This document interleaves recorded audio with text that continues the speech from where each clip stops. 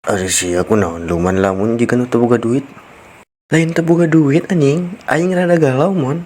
Kunaon ari sia diselingkuhan ku sisi Juka lain. Lain tangkurak dengikeun heula. Sok-sok naon carita ke Akang Doraemon. Anjing Akang meni fales ya mon. Arek carita moal ieu, mun moal aing nu carita. Sabar atuh sabar. Kieu aing tadi nongkrong jeung barudak si Jajan, aing si Juka jeung si Suneo. Terus kunaon maranehna main game naoning mabar da baru HP. Aing luman lamun teu puguh. Oh jadi sia galau teu boga HP. Lain kitu oge. Asa beda tongkrongan we anjing, teu neurah ditanya jika gebog cau. Yeuh nya emang ayeuna mah nongkrong kudu mawa HP.